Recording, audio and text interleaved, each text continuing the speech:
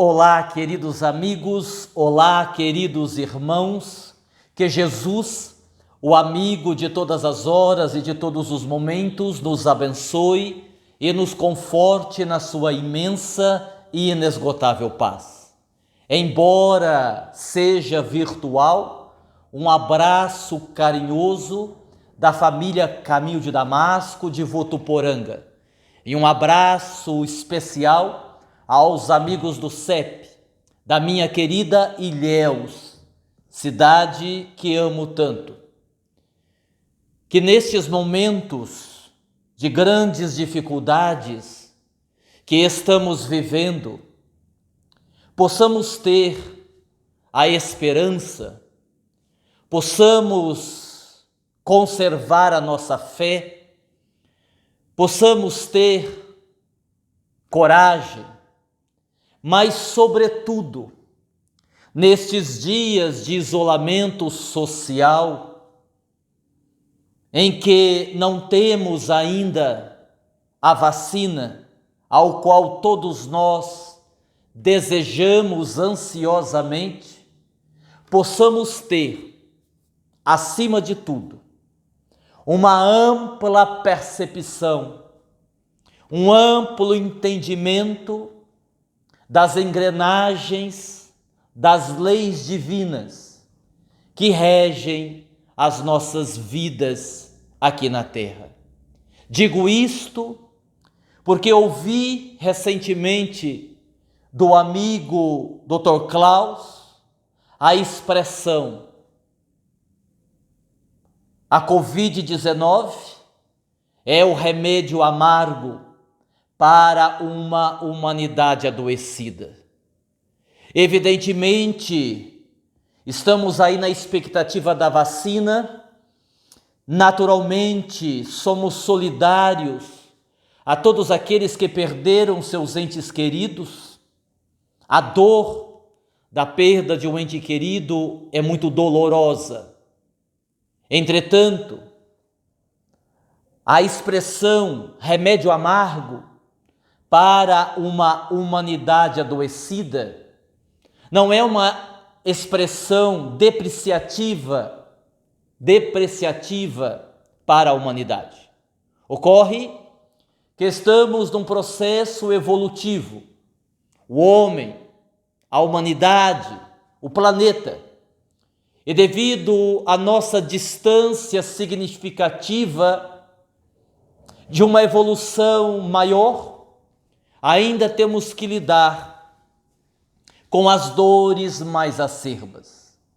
Sendo assim, se nós aprendermos a desenvolver uma percepção mais ampla do funcionamento das leis, nós teremos uma maior tranquilidade, uma maior sabedoria para lidarmos com as dores da vida, inclusive a Covid-19.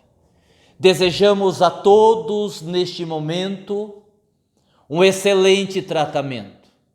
Como já sabemos, a partir deste instante, um pouco antes, toda a equipe espiritual vinculada a Dr. Hans já começa os atendimentos à distância, tratando-nos a todos de acordo com as nossas necessidades.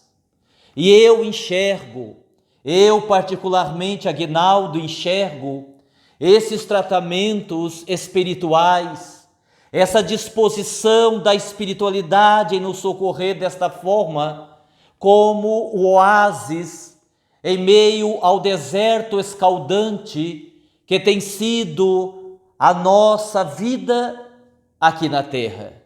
O deserto escaldante, claro, necessário para nos conduzir a patamares evolutivos bem melhores do que estamos hoje.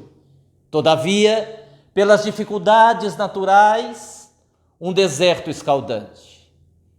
E estes tratamentos representam o oásis, o momento em que somos beneficiados pela equipe espiritual em nome de Jesus. Ele era um homem muito rico, um homem muito poderoso, de muitas posses. Talvez nem ele mesmo soubesse os valores materiais que era possuidor. Todavia, aquele homem que tinha tudo, havia perdido as suas duas pedras preciosas, as suas grandes joias. Ele havia perdido a sua esposa. Ela houvera adquirido uma doença incurável.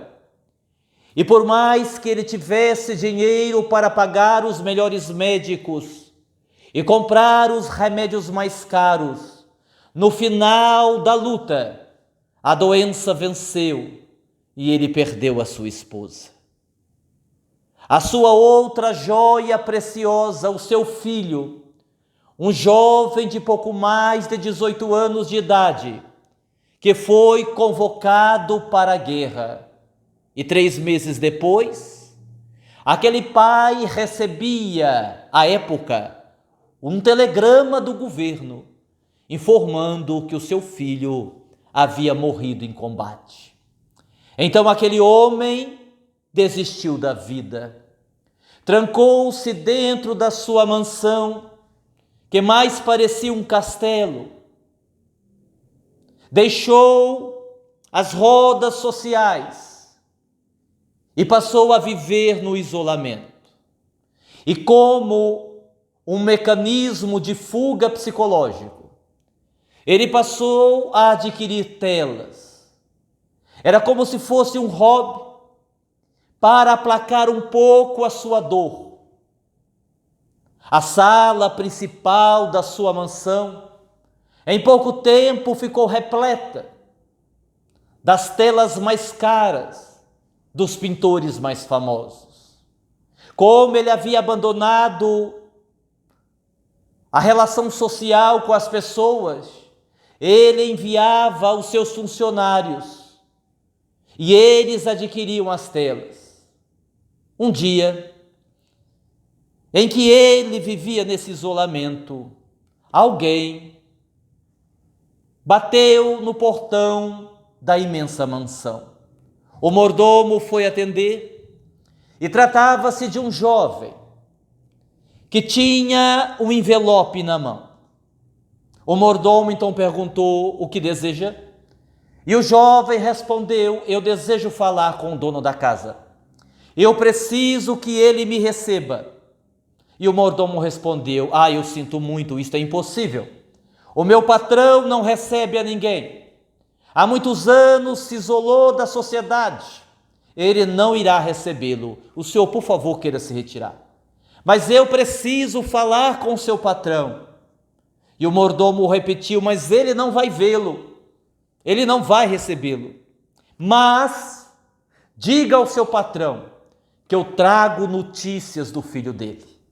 Quando o jovem mencionou a palavra filho, o mordomo, que conhecia toda a história, a tragédia, imediatamente abriu o imenso portão e conduziu o jovem até a sala principal. E foi avisar ao dono da casa que havia ali um rapaz que tinha um envelope na mão e que trazia notícias do seu filho. Em alguns minutos, o homem descia as escadarias desesperado, sem perguntar o nome do rapaz, sem cumprimentá-lo, foi logo dizendo: meu filho, o senhor traz notícias de meu filho? O que é que o senhor sabe do meu filho? E o jovem, emocionado, disse àquele pai: o seu filho foi um herói. Eu só estou aqui hoje conversando com o senhor, graças ao seu filho. Porque nós estávamos na guerra.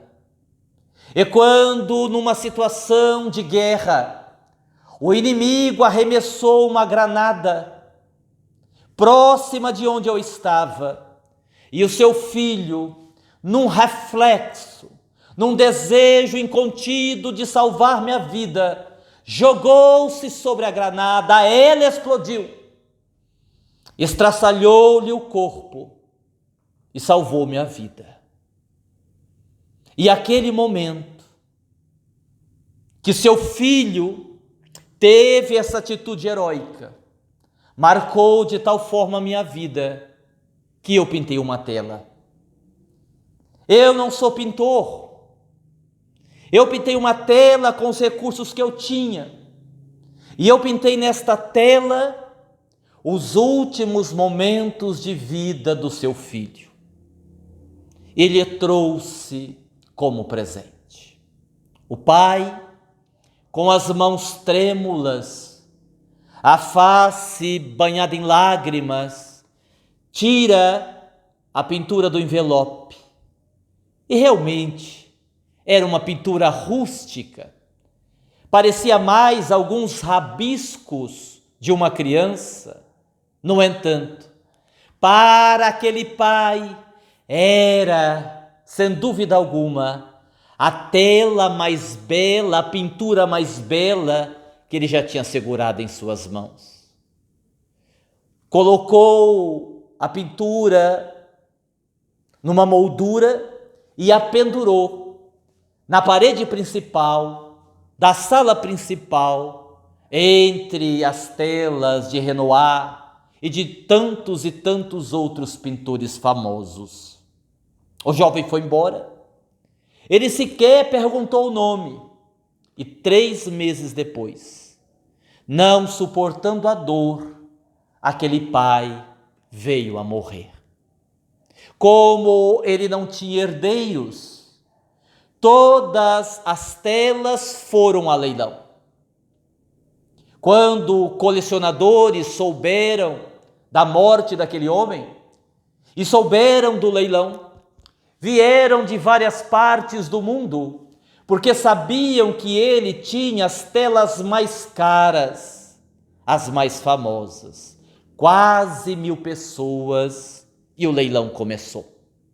O interessante é que o leiloeiro pegou a primeira pintura, justamente a tela, o rabisco, a pintura rústica que o rapaz havia feito do filho daquele homem.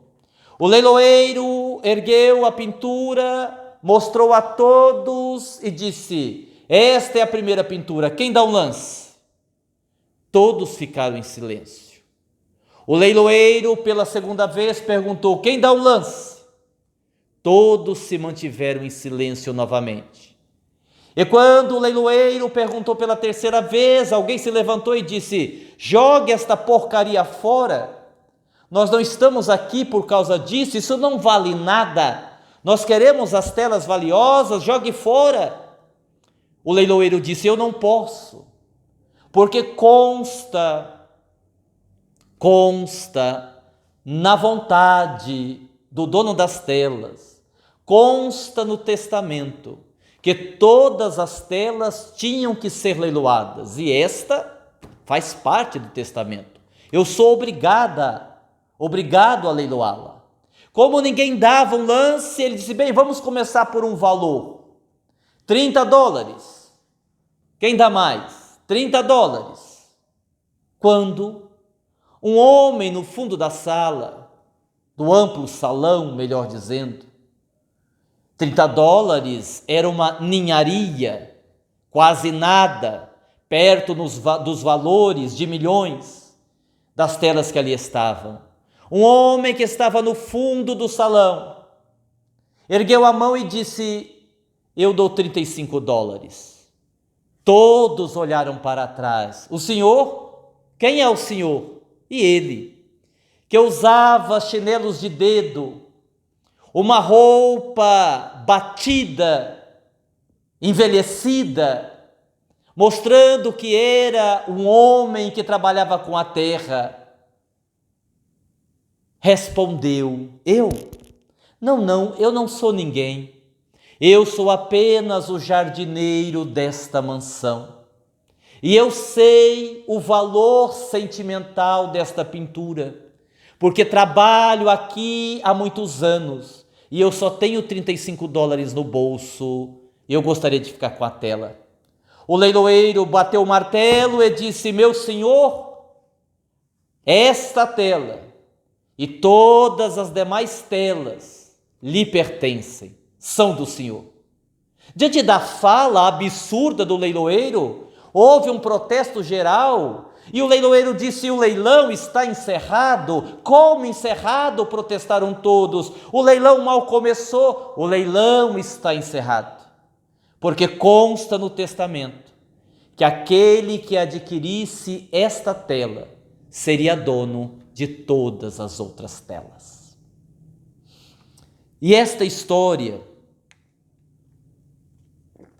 antiga, para muitos verídica, singela, nos faz pensar sobre os valores do espírito. Nos faz pensar sobre quais valores temos buscado na vida que vivemos. E nós todos sabemos que para o espírito, a virtude do amor é, sem dúvida alguma, algo de valor que não se pode medir. Será que nós estamos buscando os valores do espírito? Será que nós estamos já buscando a conquista desse sentimento, desta virtude tão nobre, chamada amor? Ah, o amor, o amor. Muitos de nós, graças a Deus, movidos pela ideia caritativa, temos dado algo aqui ou ali para os mais necessitados, fazendo muitas vezes um trabalho filantrópico que é bom. Todavia, o amor é muito mais do que isto. Viver o amor, aprender a amar, é muito mais do que darmos coisas. Em Atos, capítulo 3, do versículo 1 ao 10, está lá a narrativa de Pedro e João, que subiam as escadarias do templo para orar. Em uma época em que Jesus já havia partido, e eles se depararam na entrada do templo com um mendigo paralítico, que olhando para os dois, pediu-lhes uma esmola. O discípulo, segundo a narrativa, teria se aproximado do mendigo paralítico e olhado em seus olhos. E eu fico imaginando que nesse momento Pedro e João talvez tivessem se lembrado de Jesus, o homem chamado amor. É possível que naquele momento, diante daquele homem que solicitava uma esmola, eles tivessem se recordado das inúmeras vezes que ele, o meigo Rabi da Galileia, esparziu o amor para todos aqueles que o seguiam, e por consequência, mais tarde, para toda a humanidade. Então o discípulo olha para o homem e diz: nem ouro, nem prata eu tenho para lhe dar, mas o que eu tenho eu te dou. Levanta-te e anda. E naquele momento, sem dúvida alguma, o que o apóstolo deu ao homem foi muito mais que esmolas, foi amor. Foi amor.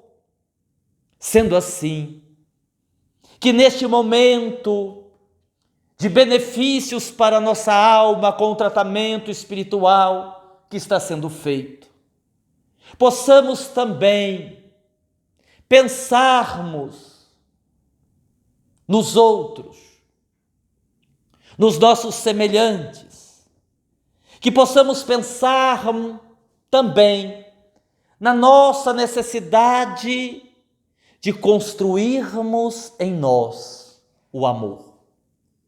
Porque o amor, assim como todas as outras virtudes, é uma construção. É uma construção de todos os dias. Todos os dias estaremos, se quisermos, construindo este sentimento em nós. Sendo uma construção, podemos, se ainda não sabemos, aprender a amar. Podemos aprender a amar. E para podermos aprender a amar, poderíamos aqui, de uma forma didática, evidentemente, seu desejo de deixar um roteiro apenas para uma reflexão, dizer que na construção desse sentimento chamado amor, deveremos não ter muita pressa, para não sermos sufocados pelo desânimo. É preciso colocarmos um tijolo de cada vez. É bem verdade que no Evangelho de Jesus encontramos alguns exemplos de conversão imediata. O próprio Saulo, que seria Paulo mais tarde, que ao encontrar-se com Jesus, mudara a sua vida. Maria de Magdala, a conhecida prostituta, que no contato mais íntimo com Jesus, ouvindo a sua mensagem, abandonaria a sua vida de luxo e de um amor carnal para dedicar-se ao amor verdadeiro, o amor de almas. Mas na vida cotidiana, embora a conversão imediata seja possível, quase sempre não é assim. É uma construção. Então teremos que ter paciência conosco mesmo. Não se desgaste, não desanime. Não ache que você é a pior pessoa do mundo. Se esforce. Comemore as pequenas vitórias, porque são as pequenas vitórias que nos conduzirão às grandes vitórias. E aqui eu me refiro às vitórias da alma, do espírito. Vejam que interessante. Ainda outro dia eu dialogava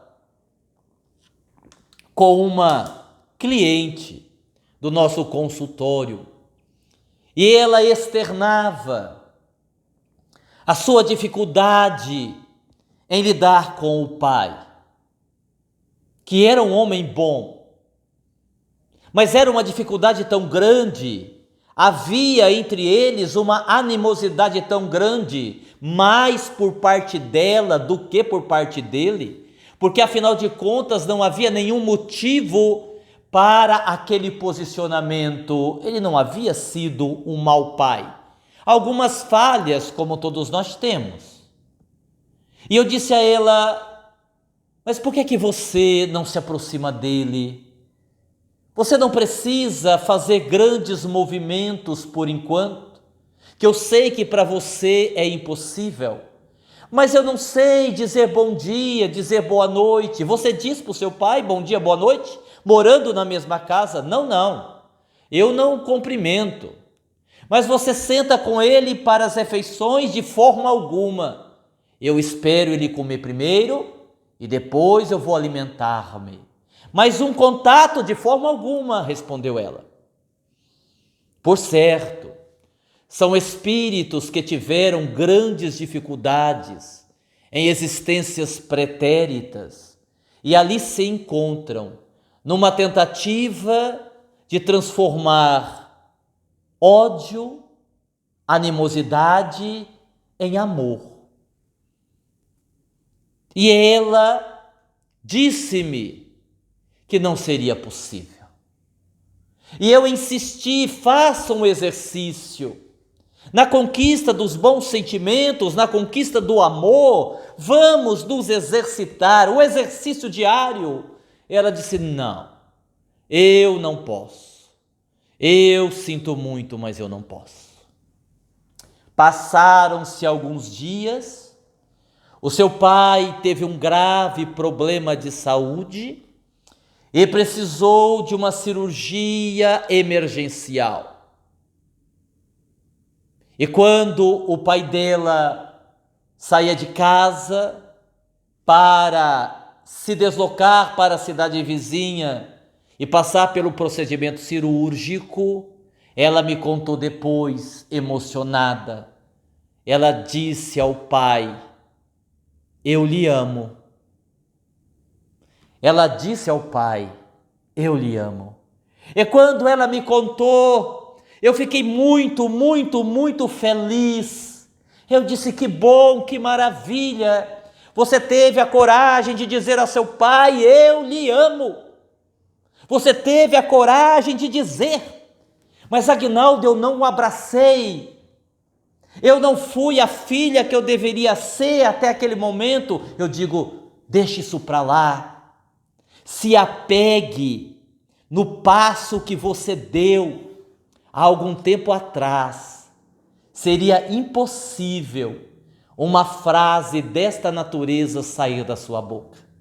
Isso mostra, querida irmã, que você está quebrando as próprias resistências, que você está conseguindo superar os obstáculos internos que você carrega.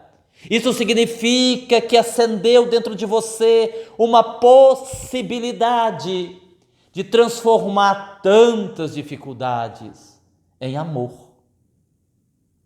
Por isso, todos nós vamos passo a passo. Então não se apresse, todavia, não demore demais. Porque quando na construção das virtudes, quando nos demoramos observando outras coisas, quando nos distraímos, pode ficar tarde demais. Basta lembrarmos Jesus na casa da família de Lázaro. Marta, Marta, estás aflita com muitas coisas, mas só uma importa, e Maria escolheu a melhor parte. Qual é a parte que nós estamos escolhendo? Quantas vezes ficamos aflitos, à semelhança de Marta, com tanta coisa pueril, sem importância, nos afligimos com tantas coisas que não são tão importantes e assumimos a semelhança de Marta, a figura, a condição de pessoas distraídas em relação às próprias responsabilidades.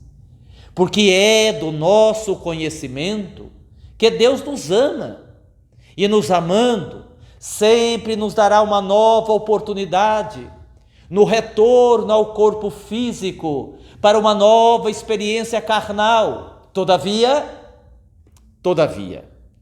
sempre que nós negligenciamos a vida, sempre que nós desperdiçamos as oportunidades, é natural que a problemática se amplie no futuro. Isso quer dizer que tudo que nós não sabemos aproveitar nesta vida, numa outra existência carnal, haveremos de arcar com as consequências.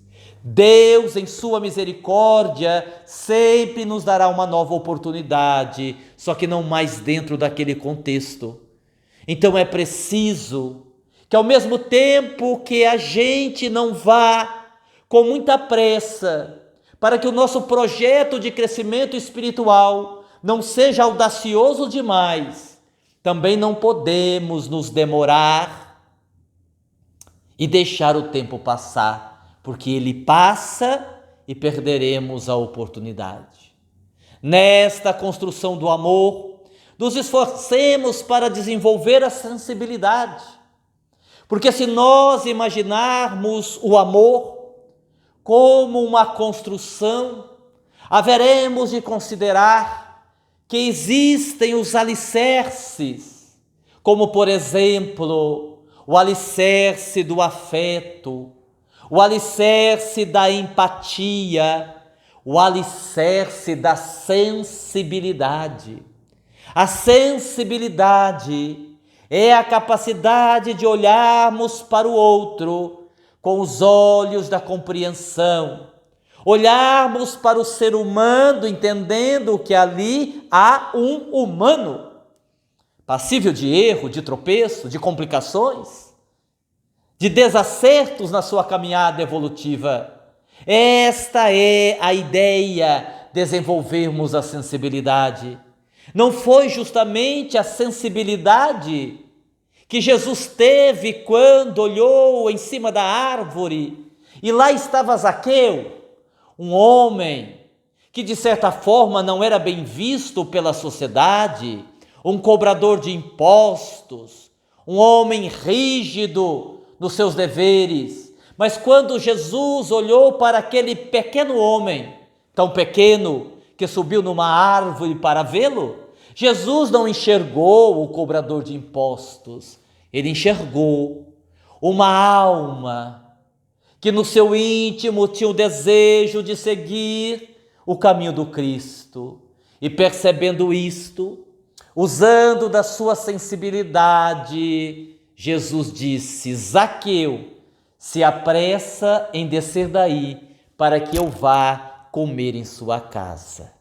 Sensibilidade.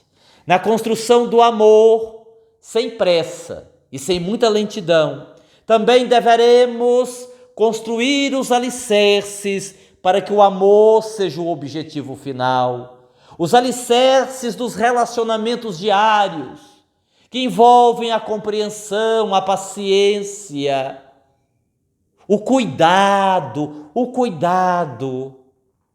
Eu me recordo, a história, segundo contam, é verídica. Também uma história muito singela, mas que talvez retrate aqui o significado da sensibilidade. Um homem muito querido, de uma cidade pequenina, havia morrido. Então formou-se no seu velório uma pequena multidão para velar o corpo. E durante o velório, algumas pessoas tomaram a iniciativa de subir o alto da escada do ambiente onde o corpo estava sendo velado e falar alguma coisa do morto. Então foi lá uma pessoa e falou o quanto ele era um bom amigo, o quanto ele era uma pessoa de bem. Foi uma outra pessoa e teceu noutros elogios, uma quarta, uma outra. No final, ficou faltando apenas a viúva. Ela se dirigiu para o local onde estavam indo todas as pessoas darem o depoimento e disse, para a surpresa de todos, ele não era um homem fácil. Nós brigávamos muito. E essa declaração gerou uma certa apreensão no público, porque não é coisa que se diga numa homenagem, na partida de um ente querido. Mas ela foi mais longe. O público a olhando e ela disse, o meu marido roncava muito. Imagine o que foi para mim dormir 30 anos com esse homem roncando dia e noite, da hora que deitava até a hora que acordava. Mas não foi só isto. O meu marido tinha gases e ele liberava os gases, digamos assim, numa certa altura. Imagine vocês como eu sofri debaixo das cobertas, num dia frio ou nos dias frios, com o ronco e com os gases do meu marido. Houve ainda mais uma apreensão, onde aquilo iria chegar, mas mostrando sensibilidade, ela concluiu dizendo assim, e hoje eu queria muito ouvir o ronco do meu marido. Eu queria muito ouvir o som da liberação de gases do meu marido, porque se eu ouvisse isso, significaria que ele estaria vivo e eu o teria perto de mim. Então, isto é sensibilidade para a construção do amor. Copiemos Jesus na sua sensibilidade com Zaqueu, na sua sensibilidade com Maria de Magdala, na sua sensibilidade com Pedro que o negou, na sua sensibilidade com Judas que o traiu. Jesus compreendia como compreende até hoje que somos crianças espirituais, dando os primeiros passos, aprendendo esta caminhada na direção do sublime amor. Mas não é só isto. Na construção do amor, precisaremos também nos desiludirmos de nós mesmos. É preciso que haja desilusão. Como já dizia Chico Xavier, a desilusão é a visita da verdade. É preciso que nós tenhamos a coragem de admitirmos que não somos tão bons como pensamos que somos. Esta desilusão vai permitir que façamos algo fundamental para o autoconhecimento e o desenvolvimento das nossas potencialidades. A desilusão de nós mesmos nos permitirá um encontro com a nossa própria realidade. Eu me lembro de uma outra história, de uma mulher internada num hospital psiquiátrico, claro, por ter desequilíbrios mentais. E ela era uma mulher muito alegre, pequenina, magra. E quando alguém passava perto dela e perguntava: qual é seu nome? Quem é você? Ela imediatamente respondia: eu sou Maria de Nazaré, mãe de Jesus. E as pessoas, os funcionários já haviam se acostumado. Quando entravam no quarto dela, até para brincar, diziam: e aí, como é que você está? Eu, Maria, mãe de Jesus, estou muito bem. O problema é que, daí a algum tempo, uma outra mulher foi internada no mesmo hospital psiquiátrico. Essa outra mulher era uma senhora negra, forte, de quase 2 metros de altura, que também dizia ser Maria de Nazaré, mãe de Jesus. E dia vai, dia vem, um dia elas se cruzaram no corredor do hospital. E esta senhora negra, que havia sido internada por último, perguntou à moça: Franzina, quem é você? E ela muito naturalmente respondeu: eu sou Maria, mãe de Jesus. A outra mulher foi tomada de uma fúria e disse: sua impostora, sua mentirosa, Maria sou eu, mãe de Jesus sou eu. E partiu para cima dela e deu-lhe uma surra, até os enfermeiros separarem, que ela ficou alguns dias na enfermaria. E a partir daí mudou o seu comportamento. As duas foram afastadas, foram colocadas em alas diferentes, mas ela se tornou uma mulher extremamente triste. Não se misturava mais com ninguém, não dialogava com ninguém, parou de sorrir. Até que um médico, tentando descobrir o que tinha acontecido, lhe perguntou: mas o que aconteceu? Você sempre foi tão alegre, o que aconteceu? E ela disse em lágrimas: doutor, se eu não sou Maria de Nazaré, quem sou eu? E contam que, com base nesta pergunta, neste questionamento, ela se curou e teve a oportunidade de deixar o hospital, vindo a ter uma vida normal. Quem sou eu? Esta é a pergunta principal da nossa existência. O que é que eu carrego de verdade dentro de mim? E à medida que eu consigo fazer a pergunta e ter a resposta, eu vou retirando de mim mesmo as cascas, as quais me protegem da minha própria realidade. Esta couraça que muitas vezes nós permitimos ficar dentro para não nos expormos. Na construção do amor, deveremos lembrar que falamos aqui do amor incondicional. Amor incondicional. Como a própria palavra já diz, é o amor que não impõe condições. Precisamos desenvolver o amor incondicional. Difícil. Eu me recordo de uma história antiga que vai nos ajudar a compreender em maior profundidade o que é o amor incondicional. Contam que havia um príncipe que foi capturado por um rei. O rei era famoso pela sua severidade e até mesmo pelas suas injustiças. Tão injusto que ele condenara o príncipe que nada tinha feito à morte em praça pública. E quando o príncipe ia ser executado, implorou para o rei que o rei não o matasse.